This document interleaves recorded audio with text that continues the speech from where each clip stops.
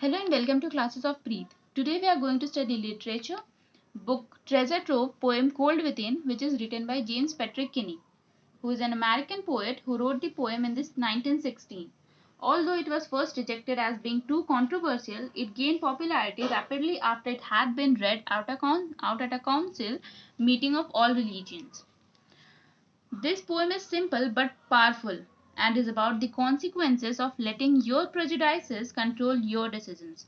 It opens with six people trapped by chance in the biting cold weather, and each had a stick of wood. The fire which is keeping them warm is about to die any time, but none is ready to put his or her log to use. So let's start the poem. So the first stanza is six humans trapped by happenstance in bleak and bitter cold. Each one possessed a stick of wood, or so's the story told.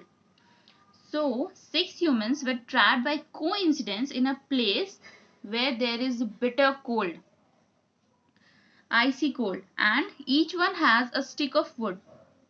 Okay. Next para is their dying fire in need of logs, but the first one held us back. For the faces round the fire, she noticed one was black.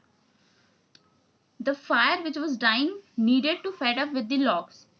And the first, the white woman, was not ready to renounce, not ready to give her stick to keep the fire burning because she had noticed that one of them was a black man. And she did not want to save the black people, thus, she acted out of her racial prejudice. Now, the third stanza says, the next man looking across the way saw one not of his church, and could not bring himself to give the fire his stick of birch.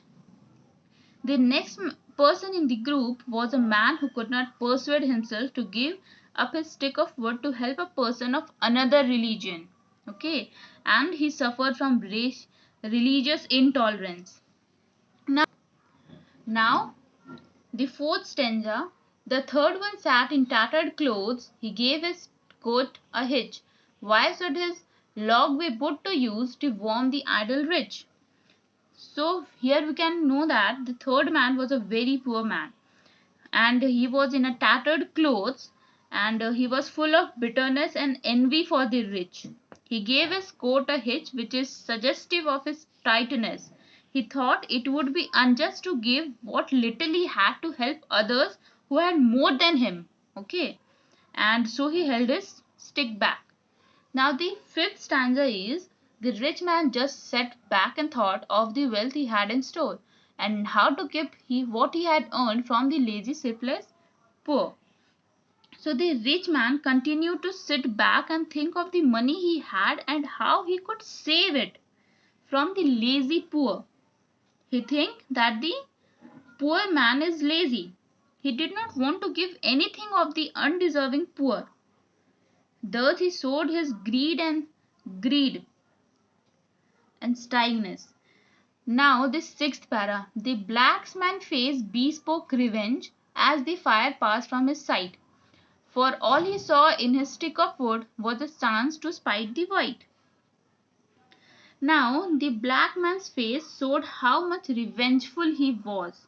As the fire was dying, he thought he had the chance to hurt the white people by keeping his stick with him. He was clearly suffered from the vice of spite. Now the seventh para. The last man for this fallen group did not expect for gain. Giving only to those who gave was how he played the game. So the last man in the group lacked generosity.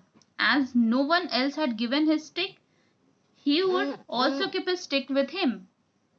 In fact, he did nothing except for gain.